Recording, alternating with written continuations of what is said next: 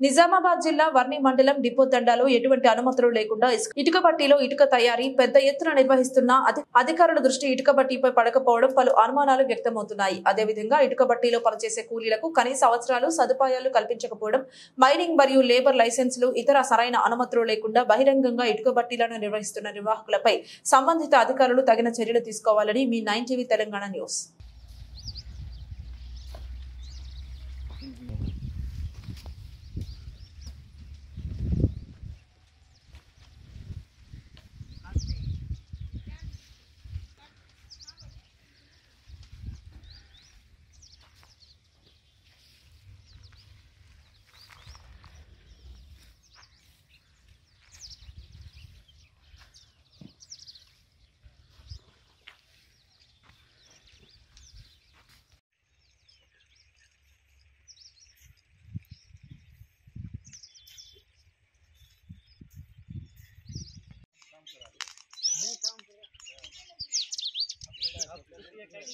दिवाली पूरा था